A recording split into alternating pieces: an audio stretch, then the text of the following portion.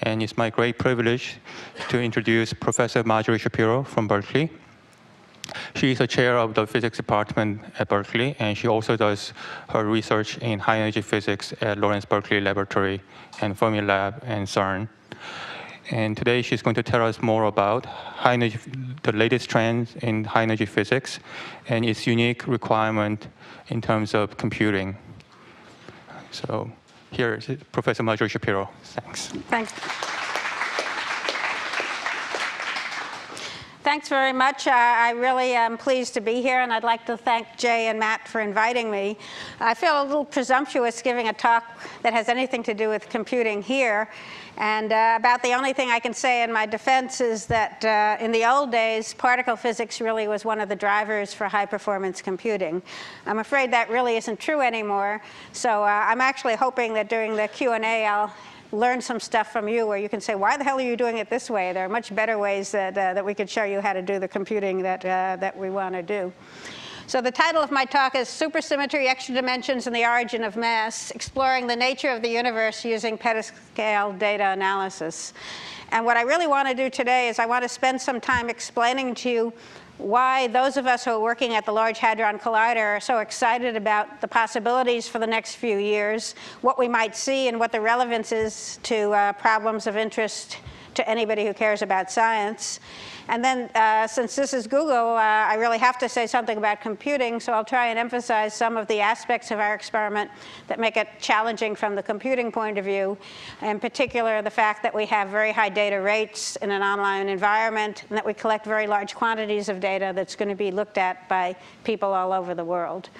So this is a small enough room. Please, if you have questions, just yell it out in the middle. I'm much happier giving an interactive talk than having you guys just sit there like sticks. So don't feel embarrassed about interrupting me in the middle. Okay.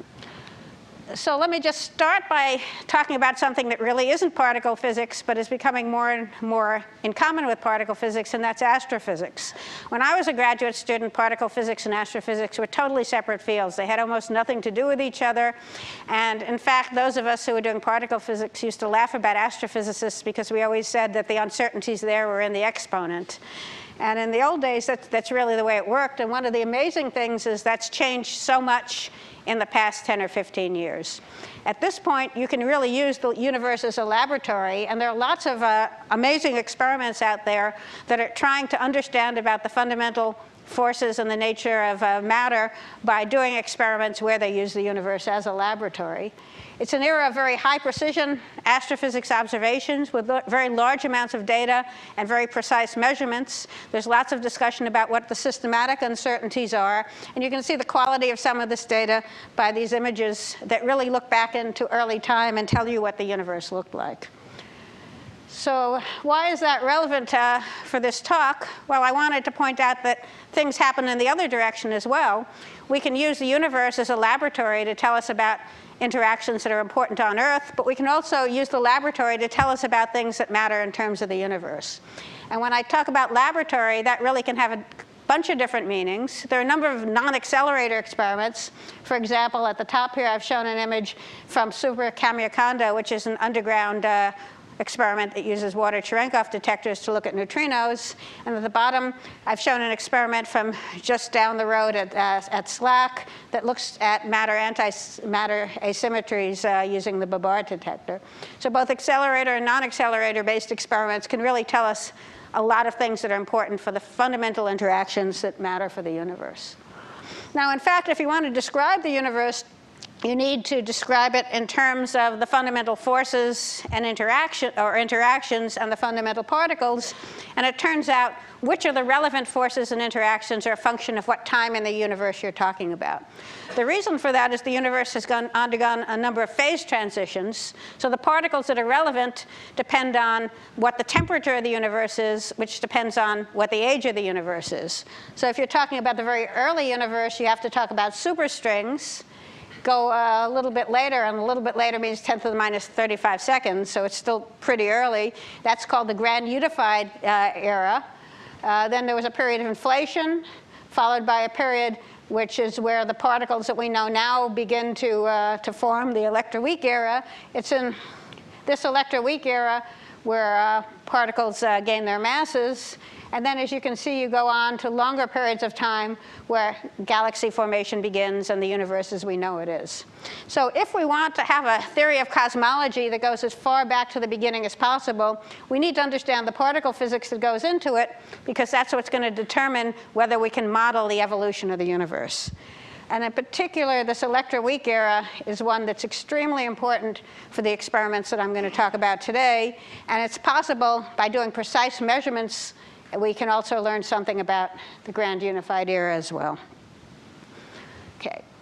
So the next generation of experiments plays a very special role in this, and the reason is because of the energy of those experiments. I pointed out on the previous slide that we had a 10 to the minus 10th seconds was the electroweak period, and in fact the next generation of experiments has enough energy that it can produce interactions that occur comparable to what happened during that electroweak era. So it's a chance for us really to look back in time and understand what those interactions look like in detail. So the higher energy reproduces the conditions of the early universe, and in particular, by looking at our theories, we know something has to happen at these energies. If you look at the models that we have now of how particle physics works, if you assume that there's nothing except the particles we've already seen, it turns out that the equations that govern them, that give us very good predictions for what's happening, start to break down once you get to high energy. And in fact, they break down so badly that they produce infinities. They produce cross-sections or measurements predicting rates that are unphysical. So we all know something else has to come into the theory that's going to cancel that breakdown. In what's called the standard model, the description of particle physics that we know now, there's a single extra particle called the Higgs boson that gets rid of those infinities and makes the theory well-behaved all the way back to the beginning of the universe. We don't know that that's the right theory, but independent of whether that one is right or not, something has to happen when we get to the TeV energy scale, because if nothing happened, then our equations would break down. And so at the very least, we have to find that our predictions aren't going to work at those energies.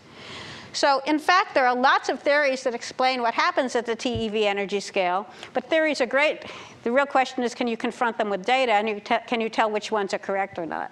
So the real goal of this next generation of accelerator experiments is to try and distinguish between the many possible models of high energy collisions that are relevant for the early universe and decide which ones are correct and which ones are beautiful but really are only fantasies.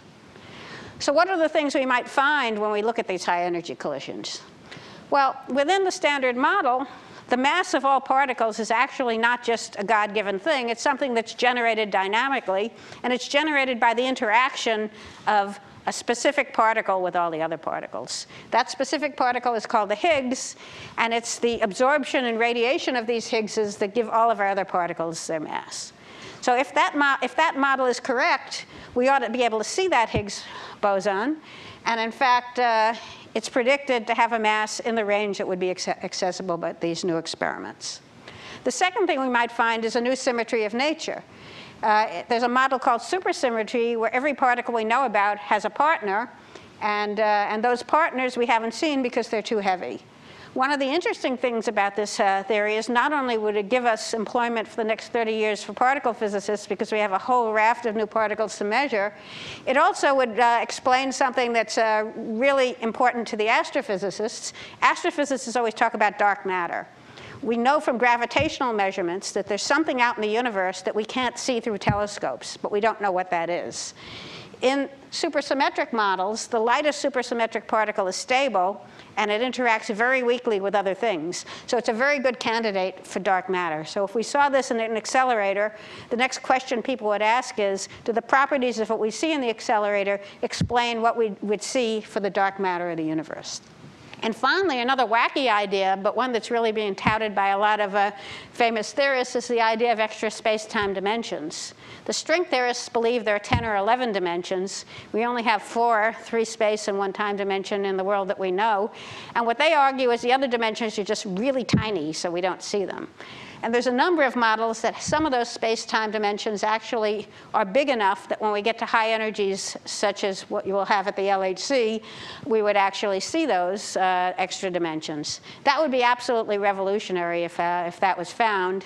And in fact, one of the consequences, it would make gravity become strong on the scale of the LHC, and you would have to talk about quantum gravity, which is something that most of us have always thought that you wouldn't be able to ever experimentally address for probably hundreds of years. And again, these are only some of the possibilities. Whenever you reach a new energy regime, you don't know what you're going to find. And the important thing is to keep your mind open, to look at as many models as possible, and to make sure you design your experiments and your analysis of the data so that no matter what's there, you have a chance of seeing it. OK, so what's our next machine? It's called the Large Hadron Collider, LHC for short. Its energy is 14 TeV. It's protons colliding. So there's two rings. They go around in opposite directions, and they bash into each other. Okay, the energy of this machine is 7 times the highest energy currently available. Right now, the highest energy is 2 TeV. That's at the Fermilab Collider in Illinois. The intensity is very high, a factor of 5 higher than the current intensity at the Tevatron in the first year, and going up an order of magnitude more than that after 3 years. So what I've shown on the right-hand side here, what I've shown on the right-hand side here is a picture of the tunnel that the magnets for the LHC go into. So since we're accelerating protons, what we do is we inject them. We have big magnets that force them around in a circle, and they collide where the experiments are. Now, what's the scale of this experiment? It's pretty amazing. It's actually being built in Geneva, Switzerland, because there's an existing tunnel from an earlier accelerator. And the civil construction, it turns out, is one of the major costs of building a machine like this. So using an existing tunnel was a major plus. The tunnel is right on the Swiss-French border near Geneva. And in fact, half of the machine is in France, half the machine is in Switzerland. And the circumference is 24 kilometers. So you can see a picture drawn where the ring goes with the towns and the fields all around it. The machine itself is underground because it uses the Earth to shield the people in the area from any radiation that you would get from the accelerator otherwise. OK, so what are the challenges of working at the LHC? Well, first of all, high energy collisions require very complex detectors. Because the energy of the particles produced are very high, you need a really big detector in order to capture all that energy. So that happens in 2 ways. Some particles, you measure their energy in what's called a calorimeter. You do that by stopping the particles and seeing how much energy they deposit. If something's got really high energy, you need a very deep thing to capture it. The other thing is with charged particles, you measure their momentum by having them curve in a magnetic field. The higher their momentum is, the less they curve in the magnetic field. And so you need a big lever arm to get good enough measurements to measure their momentum. So both of those things need really big detectors. The second thing is, in these high-energy collisions, lots of particles come out, typically 1 or 200. And if you want to distinguish 1 or 200 particles, you need very fine segmentation in order to be able to do the measurements. So these large detectors have very large numbers of electronic channels. And so the data rates are quite high. The second challenge is the processes we care about, in particular the Higgs particle I just told you about, are very rare. So in order to see a very rare process, you have to produce lots of collisions because only one in a very small number of them produces the process you care about. So we need very high intensity beams. Now the problem is something gets produced every time you collide these guys. So even though the stuff we care about is very rare, there's lots of other stuff happening. So we have to try and pick out the few events we care about from a bunch of debris that are real interactions, but are just sort of boring things that we're not very interested in.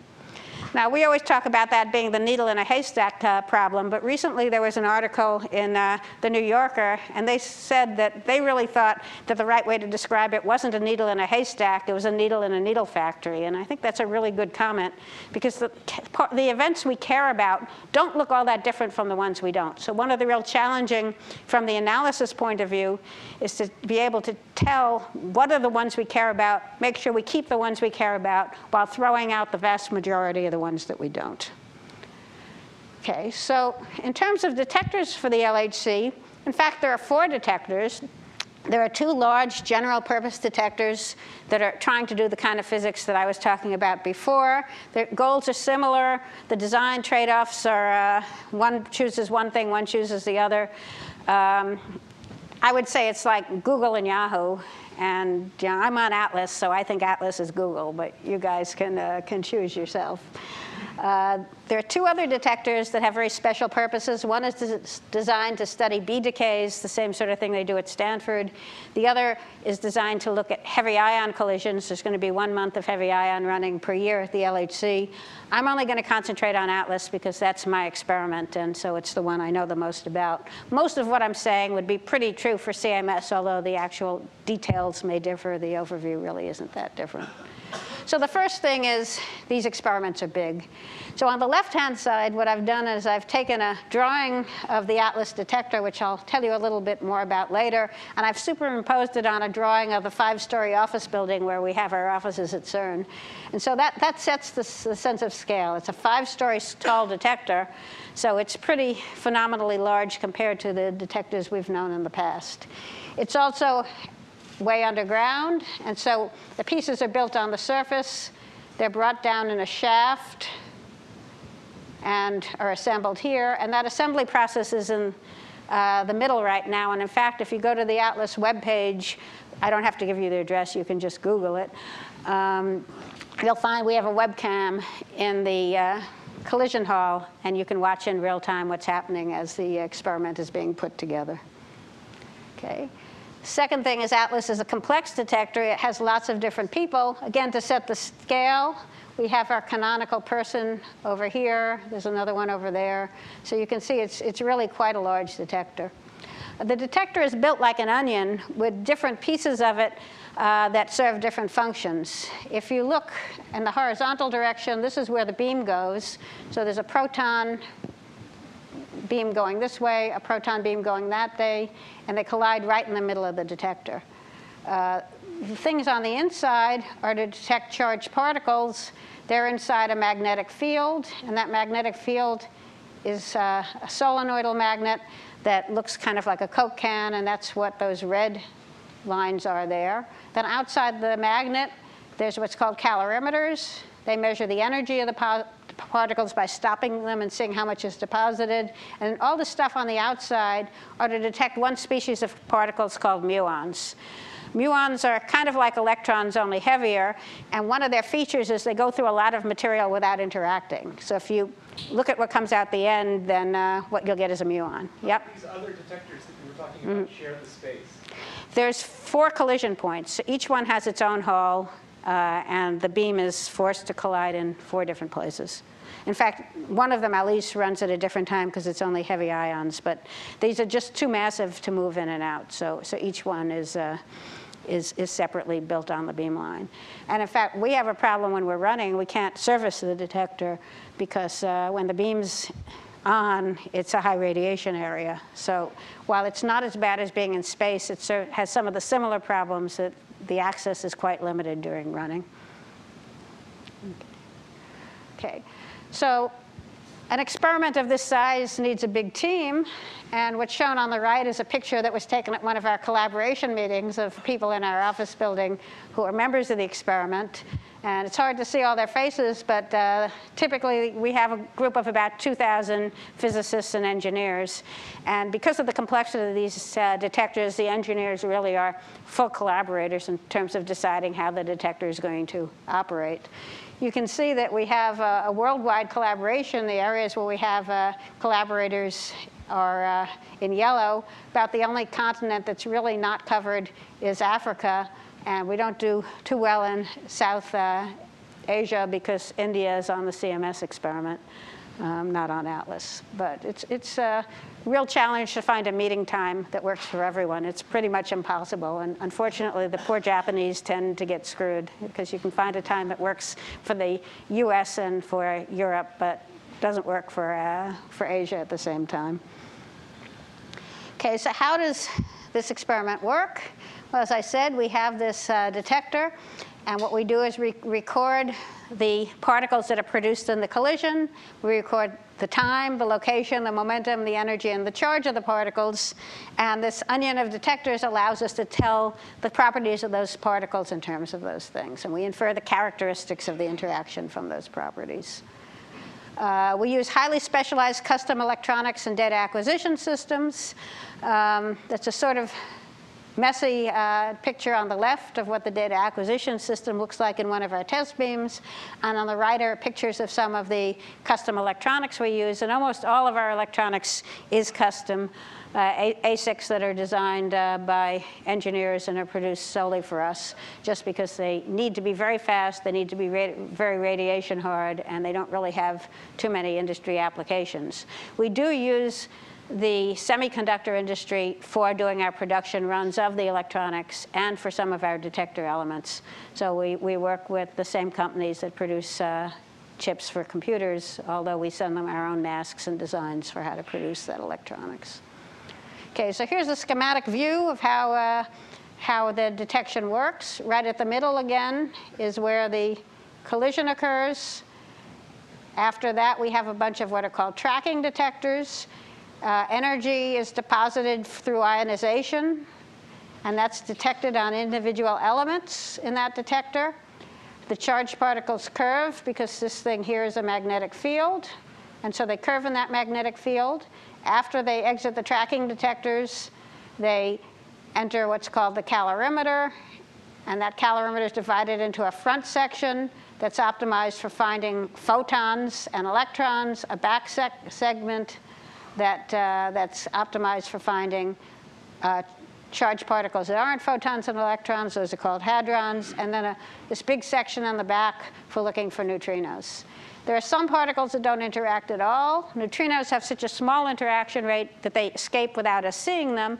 We can infer their existence because when we look at the energy in the event, we see an imbalance. So if we see a big bunch of energy on one side with nothing recoiling against it, that tells us something must have escaped without being measured. And so in fact, we also have sensitivity to the neutrinos by saying it's minus whatever else we didn't find. Now that, of course, makes an assumption. You can't tell a neutrino from another non-interacting particle, and that's an issue for models like supersymmetry, which also have heavier non-interacting particles. The signature for us would look the same. Okay.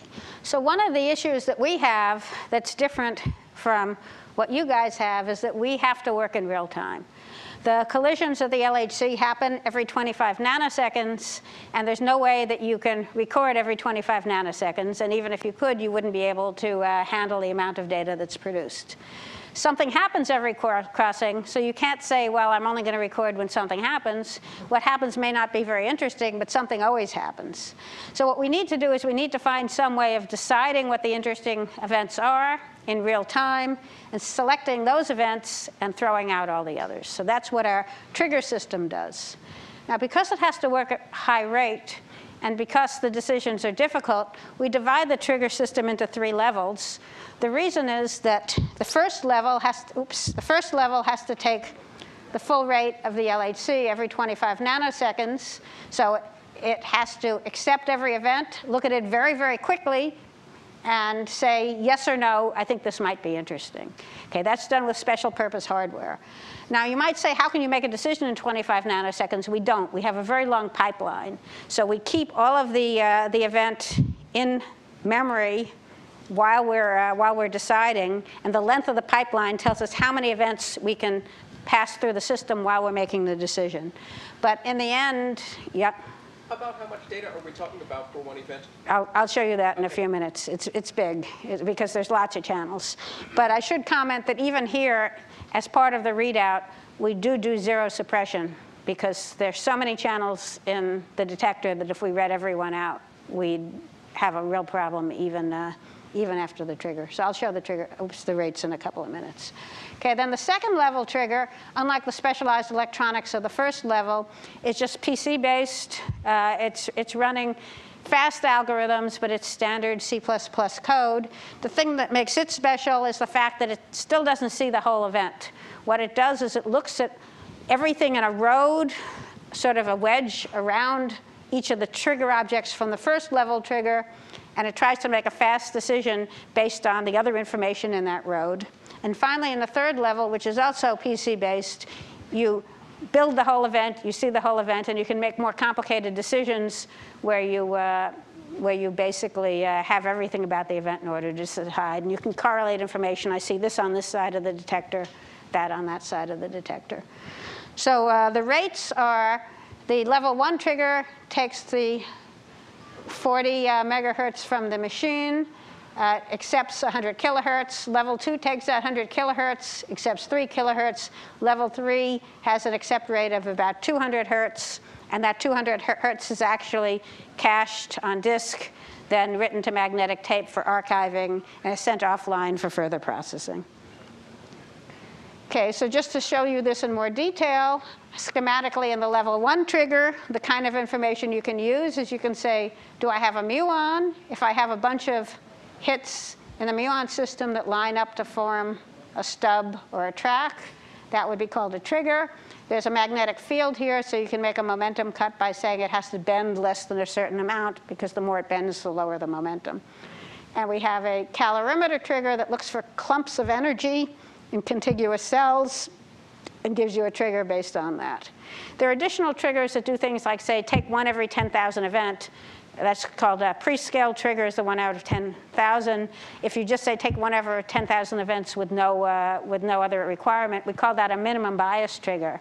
So by taking these loose additional triggers without a lot of requirements, we can try and understand what kind of bias we're taking in the data that we collect by comparing it to an unbiased sample. Now, of course, if something's very rare, you'll never see it in the unbiased sample. So in fact, what we do is with all of these triggers, we build them up by having pre-scaled 1 every n events at low momentum. So you take 1 every 100 events at 6 JeV, 1 every 10 events at 10 JeV, and every event above 20 JeV. That way, you can use the lower energy pre-scaled events to understand the efficiency for the higher energy.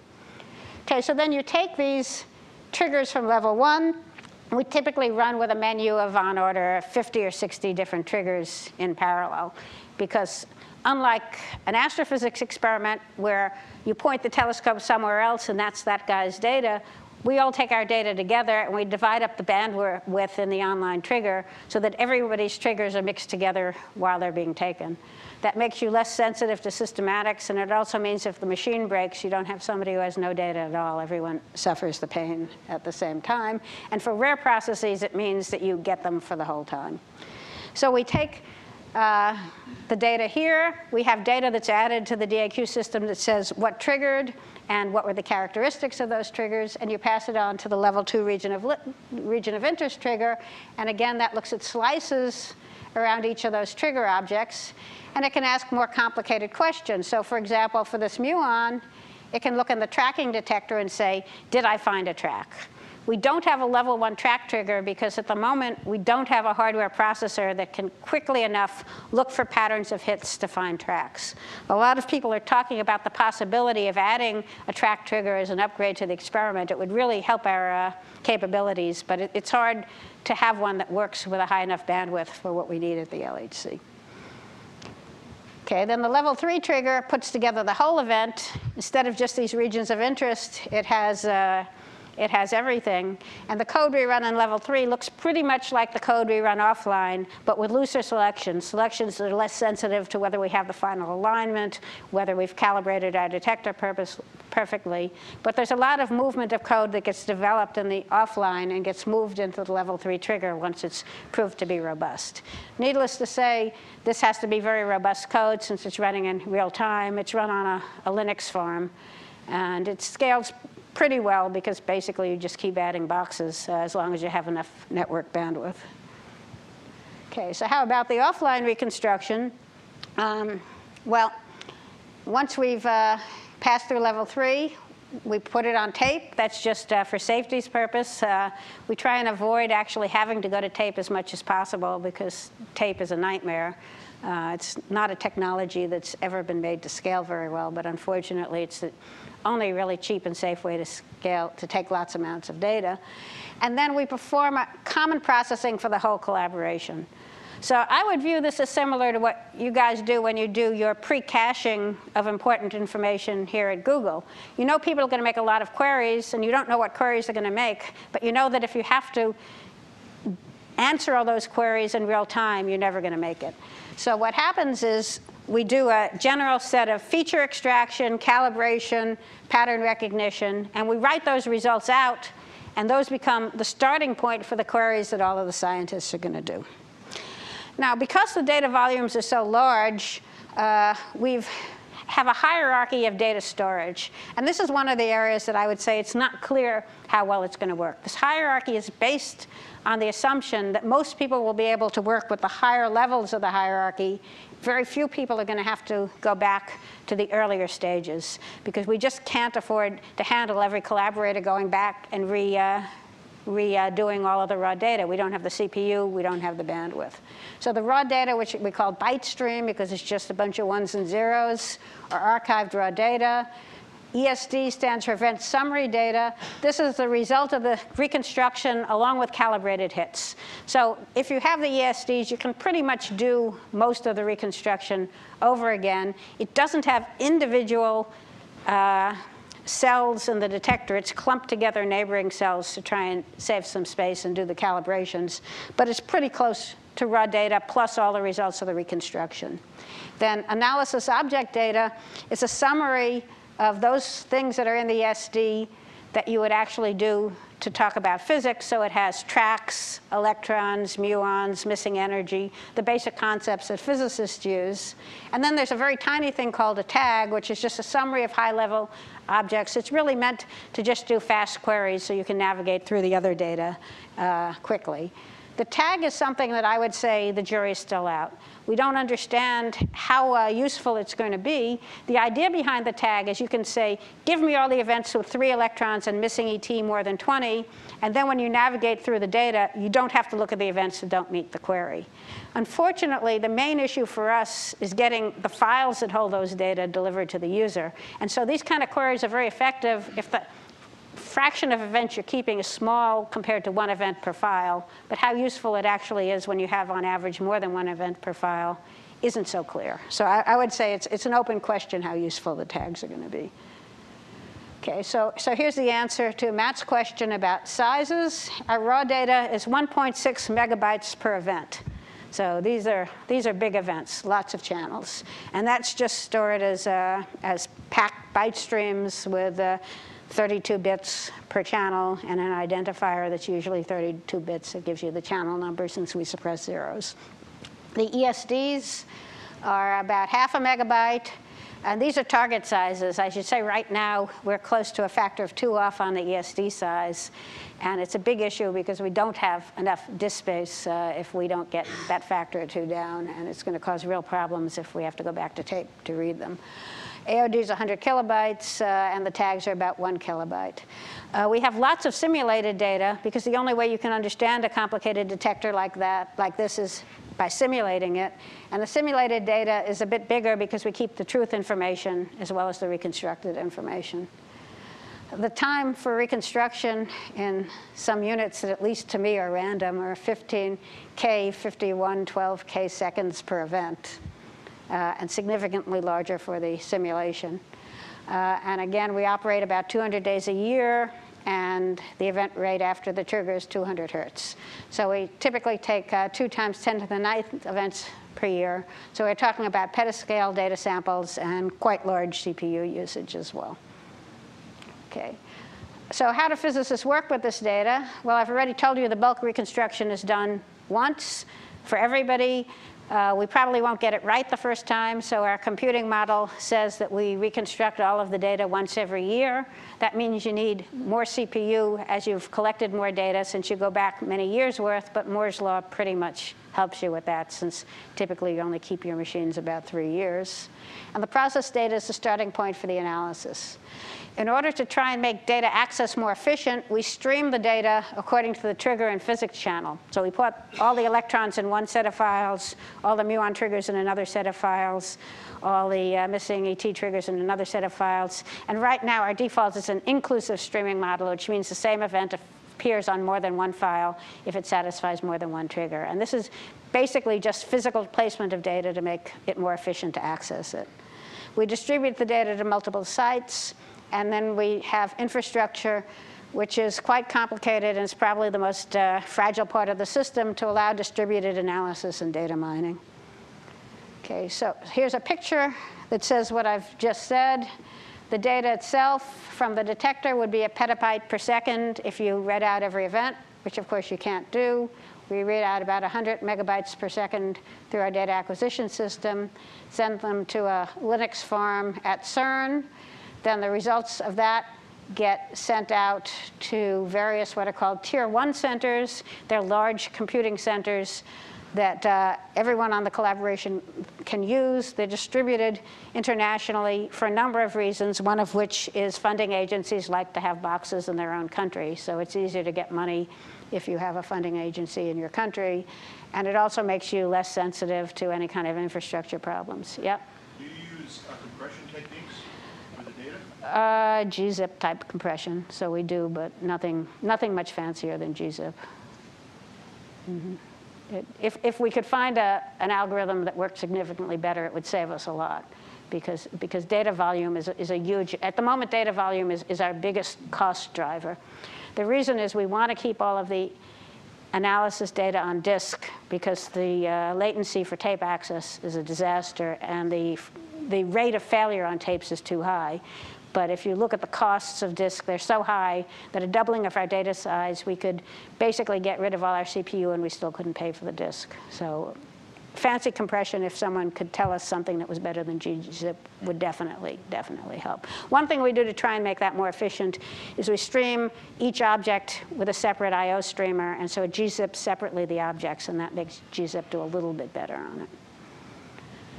Okay, so once we have these Tier 1 centers that analyze the data, then it gets passed to what are called Tier 2s. These are mainly universities, and they're the place where the users mainly do their own analysis. You can also do your own analysis on your laptop or your home machine.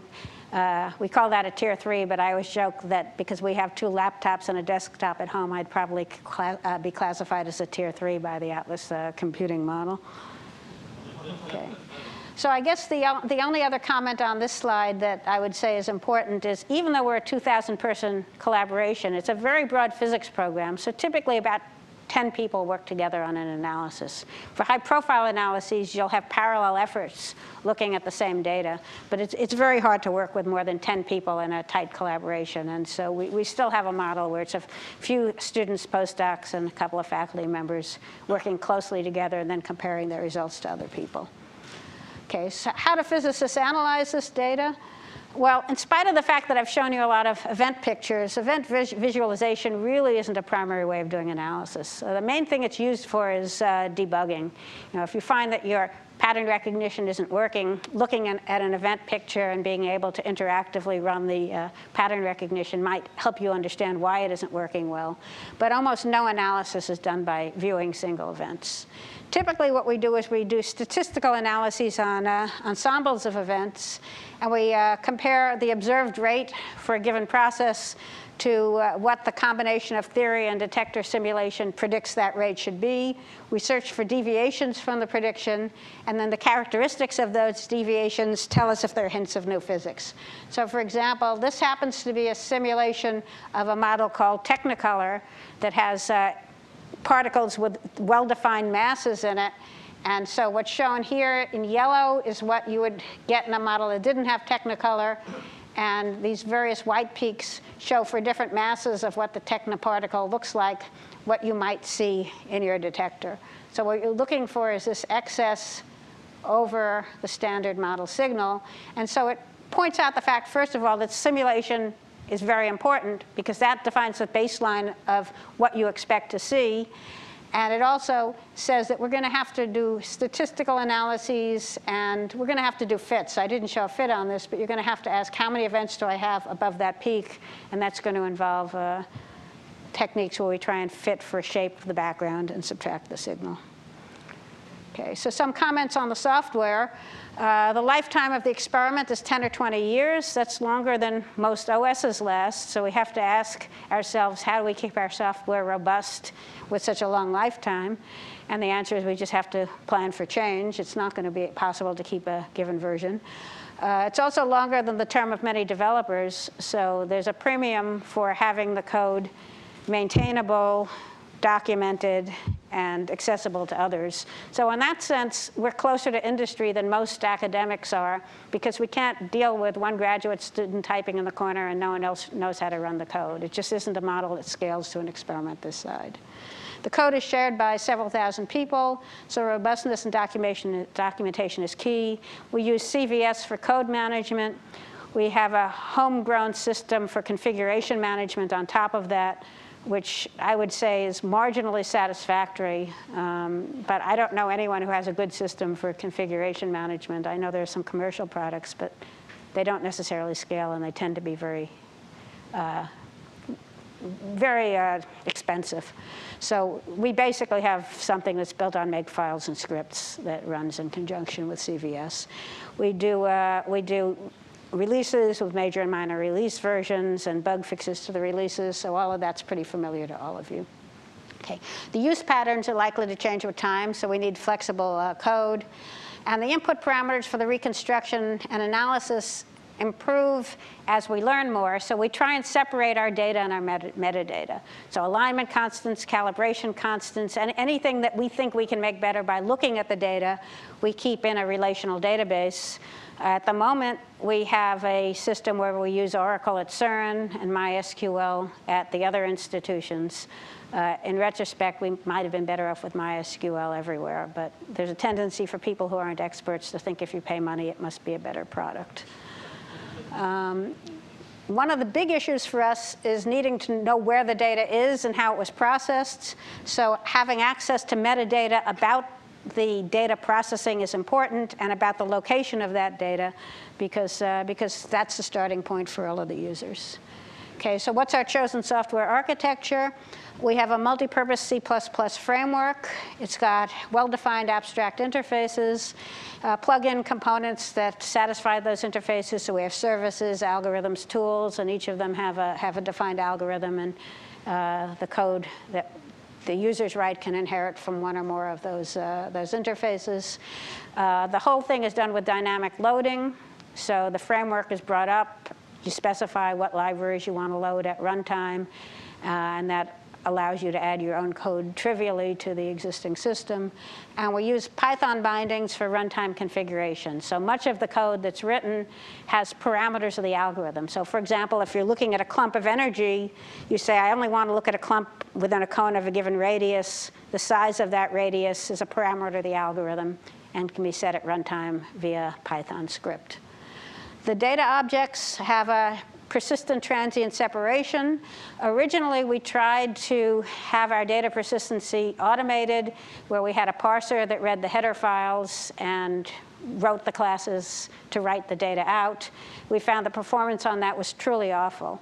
In fact, brute force, having somebody who knows what's in the data actually write a streamer that defines the data was a major plus. We've gained factors of 3 or 4 in I/O performance by customizing those streamers. And one of the advantages of the persistent transient separation is it makes schema evolution much easier. So you can change your transient representation and deal with the fact that you have old data just by putting an if-then statement in your streamer code. It's low tech, but it works. And anyone who's ever tried to do schema evolution in a relational database knows that it's not an easy problem without some kind of separation.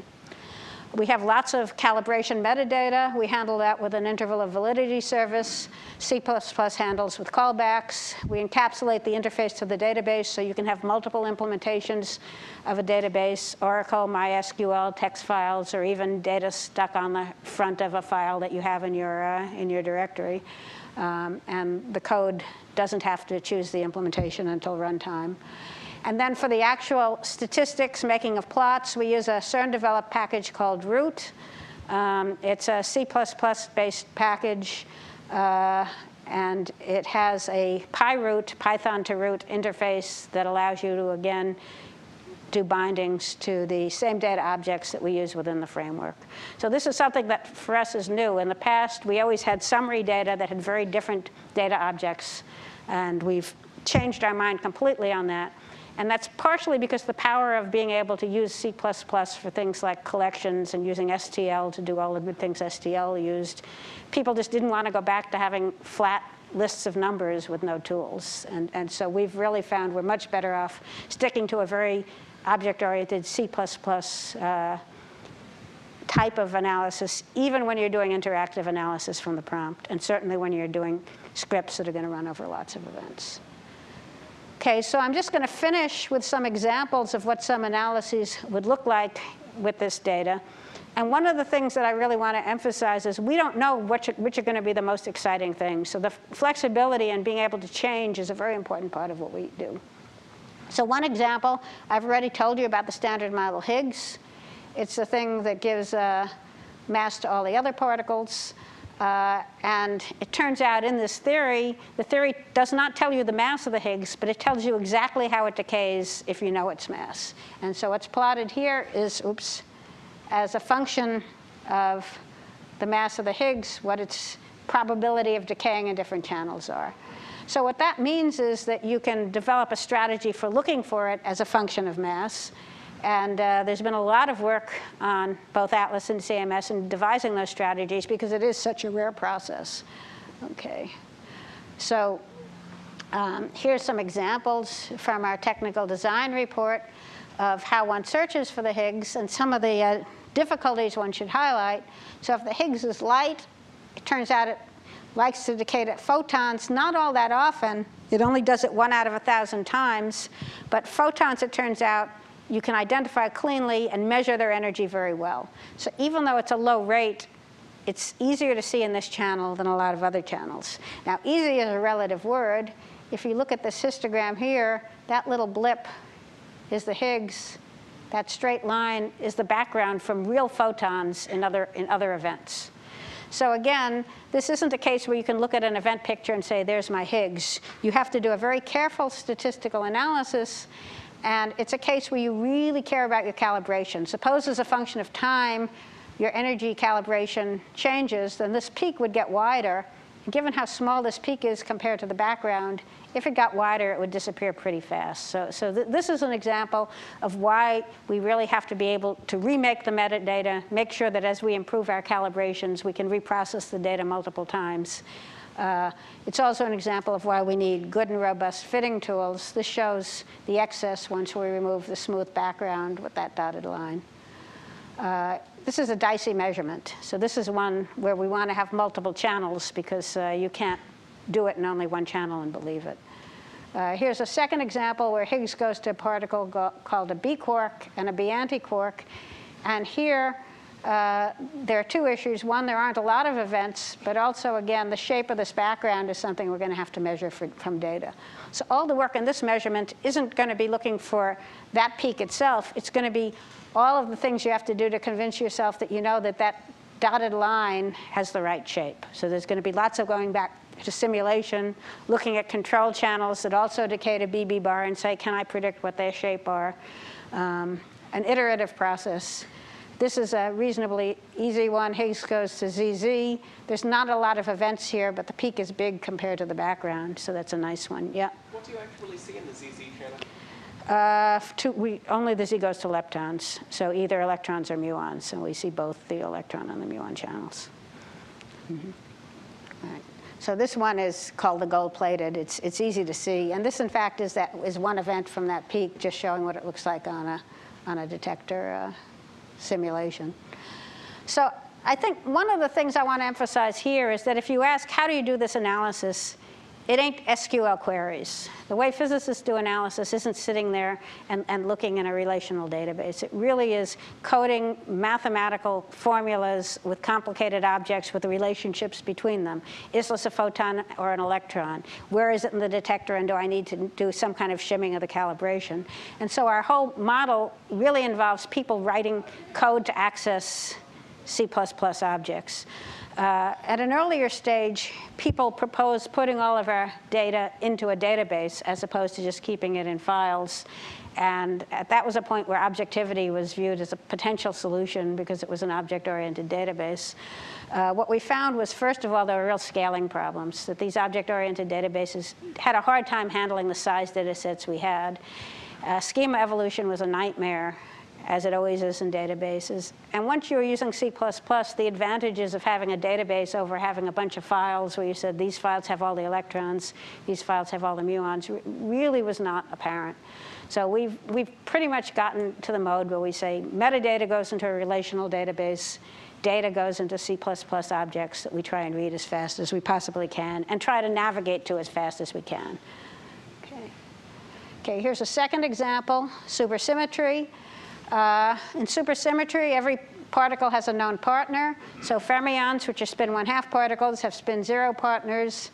Bosons, which are spin 1/2 particles, have spin 1 particles have spin 1/2 partners. It's a theoretically favored extension to the standard model, both because string theory requires it and also because it would provide a dark matter candidate. And it gives you a large number of particles to look for. Now, unfortunately, there are a lot of variants in this model, so it's not as if you can say there's one model and that's it. So you really need to have a very broad-based search for it. Many of the models involve missing energy, things that, like neutrinos, don't interact in the detector. So there's lots of emphasis on missing energy in these searches. And an example of how one might first find supersymmetry, here's a plot where the green shows the prediction if there's no supersymmetry, and this is a log scale. The red shows, or purple, shows what the supersymmetry signal would look like. In a variable, it's just the sum of the momentum of the 4 highest momentum objects in the event. So it's sort of a simple, how much energy do I have coming around variable. So the good news about this is you have orders of magnitude more events than you would predict from theory. The bad news is you've got a lump of events and no peak. So if you saw this, you'd know pretty fast that something new was happening, but it's not enough just by seeing this to be able to say, I know this is definitely supersymmetry. So this would be the first stage in what's then going to turn out to be a long detective story to try and characterize what the new physics is. You say, gee, we're getting all these events where we didn't expect any. What are there? And so this plot is that we're getting all these extra events. The what are they is very model dependent because the supersymmetric particles decay into each other.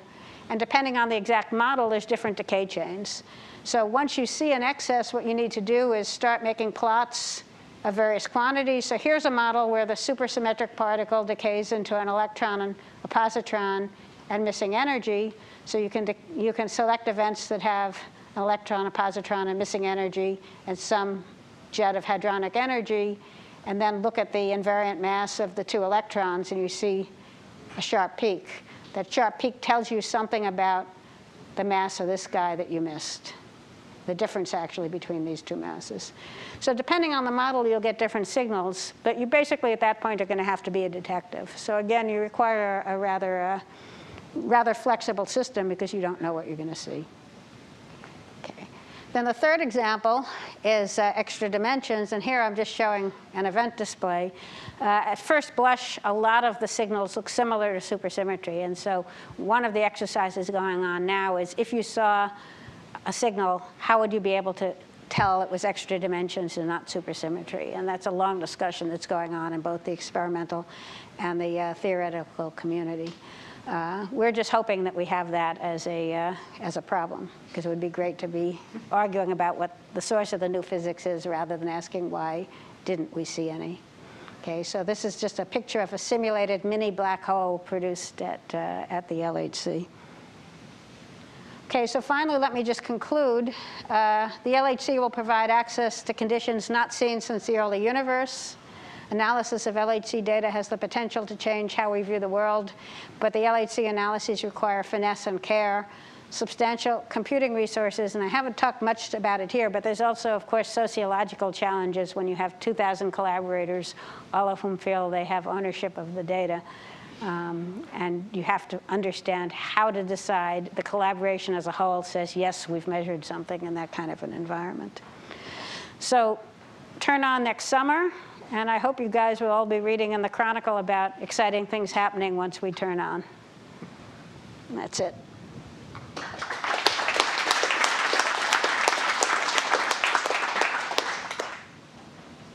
Yeah.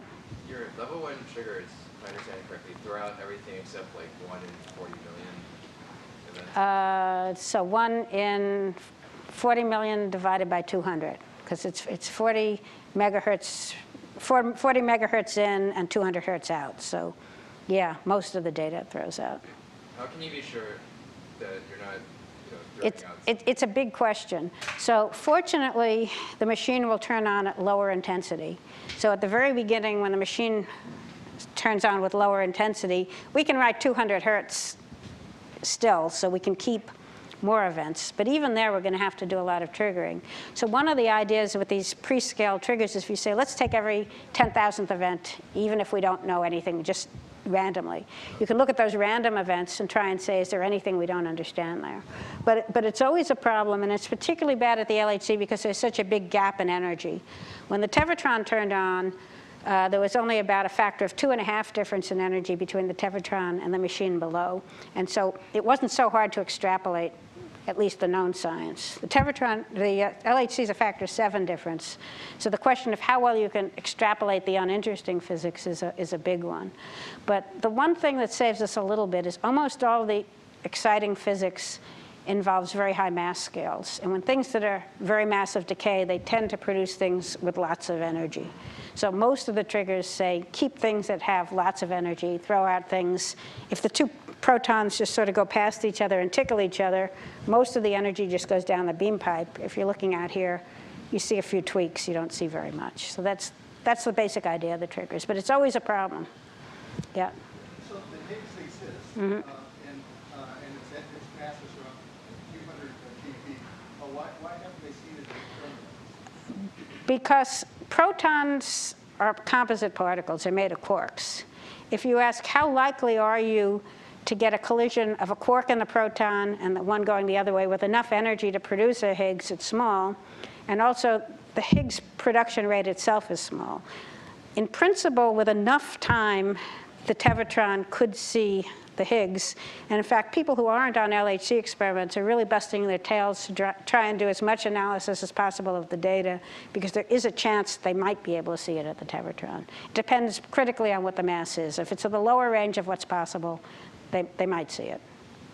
Yeah. Is the data that you have suitable for some sort of frequency extracting transform, like a Fourier transform? So some analyses, yes. It's very dependent on the kind of analysis that you're doing. So there's some analyses where you might do a frequency measurement. The data, in terms of a general technique, no, because what you want to do is you want to take all of these data and you want to extract features that correspond to known particles. So you want to look for trajectories. You want to look for clumps of energy. So it tends to be a first stage pattern recognition that's feature extraction. Either look for a bunch of hits that are consistent with coming from a curved line, or a bunch of hits that are coming from a clump of energy. And then refining comes in doing some kind of a fit to those hits to get the best measurement of the curvature, or calibrating the clump of energy to get the best estimate of what the deposited energy was. So some of the higher level analyses, you can use a Fourier analysis as part of it. Yeah. So you said, now talk about you use zero suppression. Now I assume that there's always some background noise on these detectors, right? Right. You have to have That's some right. Welch threshold? That's right. That's right. So you have some threshold that's usually set at some number of sigma above the noise level. And it's very detector dependent on what you do. So for example, a pixel detector, the pixels are basically, it's a piece of silicon that's etched into little rectangles, and the rectangles are 50 microns by 500 microns, so there's a zillion of them. Those you have to have very low noise per channel and set the threshold high enough that you only read out 10 to the minus fifth channels if it's only noise, because otherwise you're swamped by data. On the other hand, the calorimeter, it turns out the calorimeter integrates for a long time, and so it sees the previous crossing. And there they keep the threshold low enough that they do, in fact, read out all the channels, because they use it to correct for any underflow from or overflow from the previous crossing. Yeah. A couple of questions. First is, what is the policy regarding sharing the data with the public? So is the code available for all? The code is available, but the data isn't. So all of the code is available from LXR. but the data itself is not available unless you're a member of the collaboration. For publication. Yeah. And then second thing is you mentioned you use GZIP, but that's kind of like a generic compressor. So could you, if you have like the data structure public, so could people find a more specific way, even though? Sure. Send me email, mdshapiro@lbl.gov, and I'll port you at our data. If you can come up with a better compression algorithm, we would be thrilled. I'll get him and then you. Yeah. So is a detector cryogenically cooled? Parts of it are. So the calorimeter is at liquid argon energy, so that's cryogenically cooled. The tracking detector is only kept at moderate temperatures, so like minus 10 degrees, just to keep the electronics cool. The accelerator itself is at liquid helium temperatures. That's superconducting. What is liquid helium? Yeah. The accelerator is liquid helium because it's a superconducting magnets. And one further question: wouldn't they get a natural Higgs generation from cosmic ray interaction in the upper atmosphere? The rate's very, very low. There's not enough. If you just wouldn't get enough events to be able to see it. Yeah.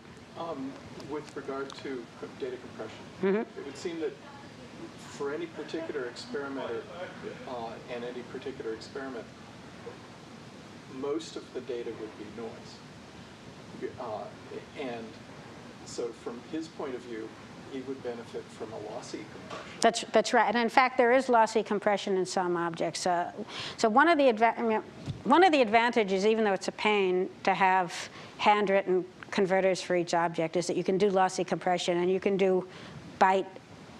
You can basically, you're not limited to 32 bits per floating point. So there are parts of the detector where we are doing lossy compression and nonlinear lossy compression to take into account the dynamic range, because some of the electronics itself is nonlinear. So, and the other thing, in terms of most of the information being noise, different analyses care about different parts of the detector. So by having separate I/O streams for each type of object and just access on demand, even if you open a file, you only read objects of the type that you care about.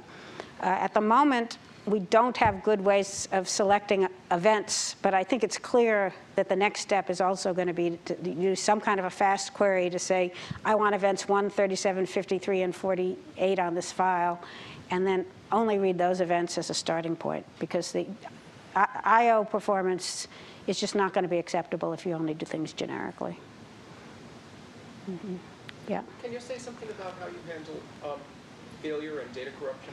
Yeah, failure and data corruption is a big problem. So it's handling it during the reconstruction is not so bad, because the reconstruction is happening on one site with professionals monitoring the system.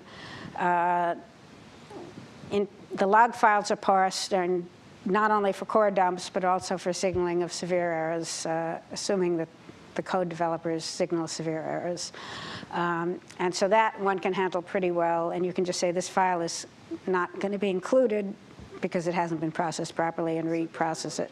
Just rerun it if possible, or declare that part of the data not usable. It's much harder when you have people looking at the end data, because these files are delivered from a data delivery system, and making sure the Joe Blow user, if 10% of the files don't make it to his analysis, realizes the 10% don't make it, is much harder, because Joe Blow user will get it wrong unless you force him to get it right. So what we're talking about now is when he creates his high-level summary data, having it automatically put metadata in the file that says which data it read. And that, I think, handles everything except core dumps, where he gets a file that only had some fraction of the input file read. So you still depend on the user to deal with code that just drops out in core dumps. It's missing files that are the real issue. Yeah. So is the reason that you don't make the data available to the public because of proprietary interest in the data, or is it just because it's too expensive to do that data? Yeah. And could it be possible to make a small amount of the data available? So there's a little bit of both. So I think making all of the data accessible would be a huge problem in terms of data volume, and the cost of the servers would be big. Making a small amount available is something that's been talked about, and in fact, I think the collaboration would be quite interested in, because there's been lots of discussion about using it as a tool for teaching, in colleges and high schools. Part of the problem is that although our system is fairly well documented for someone who's on the experiment, it's not really adequate for a random user.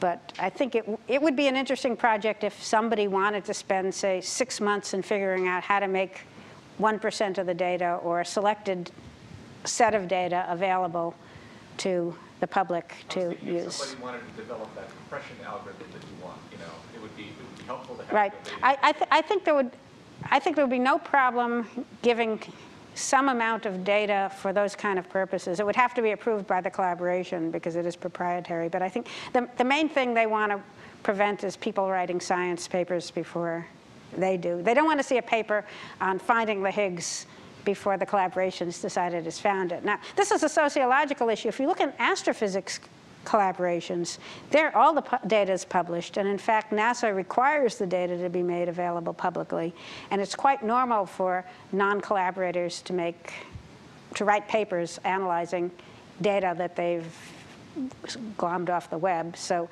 it's a culture thing, and it may change with time depending on what the funding agencies require. Yeah. The solution to that is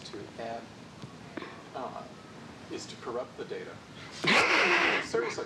You add noise, or particularly bad noise, okay, to the data, and then you can hand it to somebody who's just playing with compression algorithms. He's not going to be able to publish. Well, and someone playing with compression algorithms, you can give data that's non-controversial also. But this idea of corrupting the data, actually, it's something that we talk about for another reason. One of the problems when you do these analyses is there's this tendency to see what you want in the data. And so we're having lots of discussions about how do you do blinded analysis, where the people doing the analysis don't really get to know what the answer is until they do it. It turns out it's pretty easy to do blinded analysis if you know what it is that you're measuring right from the beginning. It's very hard to do blind analysis when you have no idea what you're looking for.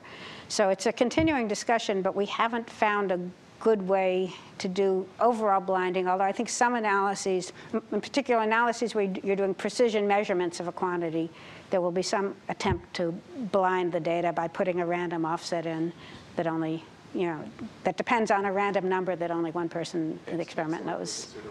Right. Mm-hmm. So Higgs decay channel, there are so many of them out there. And do you vary your trigger online to? We do all the triggers in parallel. So what we do is we divide up the bandwidth, and it's one of the biggest issues in the experiment is making sure you're in on the discussions for how the bandwidth gets divided, because that's what determines the physics. You have to be there fighting for your physics and the bandwidth. Yeah. So you had engineers building your machines. Did you have software engineers building your code? We do have software engineers, but not nearly enough. And this is partially a problem with funding agencies. It's much more difficult to get funding agencies to pay for software engineers than to pay for hardware engineers. We probably on Atlas have on order 25 or 30 software engineers, and we ought to have more like 150. The exception to that, I only counted the offline. It's fairly accepted that data acquisition systems need software professionals because everyone understands that real-time systems are hard. There's a tendency for funding agencies still to think anybody can write software, and it's only been in the last decade that they've even asked software projects to present. We have meetings every year of the Department of Energy who funds us, where you're supposed to present your progress, cost, budget, schedule. It's only been in the last 10 years that software has been included in those meetings. Now, as painful as those meetings are, it's a major step forward because it's their first recognition that the software is an important part of the engineering as the hardware. Mm-hmm. Yeah. When the system is running, how much power will it consume? I don't know the answer to that, but it's quite large. And in fact, one of the reasons we only run 200 days a year is CERN has an arrangement with the French power companies that they turn off during the winter Because unlike the US, where air conditioning is a major thing, so slack turns off in the summer, in France, people have electric heat, so winter is when power rates go up. And so CERN has an arrangement when the power grid gets to a certain utilization, they have to shut off, and in exchange for that, they get better power rates. Are you able to harness any of the energy that you create with all your? No, we use a lot more than we give out, unfortunately. How difficult is your simulation problem, and how confident are you in The simulation problem is very difficult, and there are two parts of that. There's one which is called the event generation, and so that's when you try and model the underlying physics. And there, the issue is we don't really know the underlying physics very well. So typically, there are 4 or 5 packages that are all supposed to be giving us the same physics answer, and we run all of them and look at differences between them to get some sense of how well is the calculation under control. And then they have parameters that you can vary to try and see how much it changes. The second thing, which is the detector simulation, that depends on how well you can model the underlying physics of particles going through matter. There's a program called GÉANT 4 that was developed at CERN, which is what we use as the underlying engine for doing the simulation.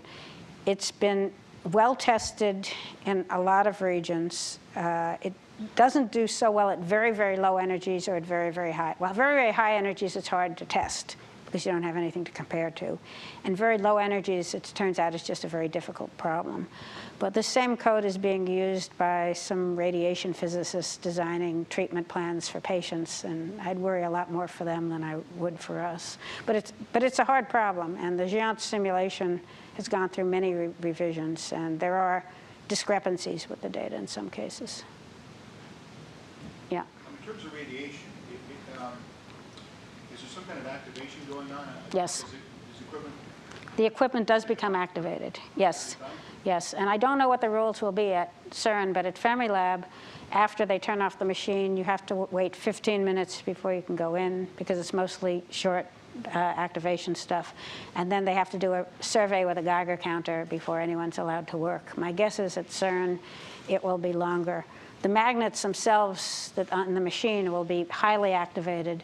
And so if the machine's ever decommissioned, they will have to be treated as radioactive waste and disposed of like any other radioactive waste.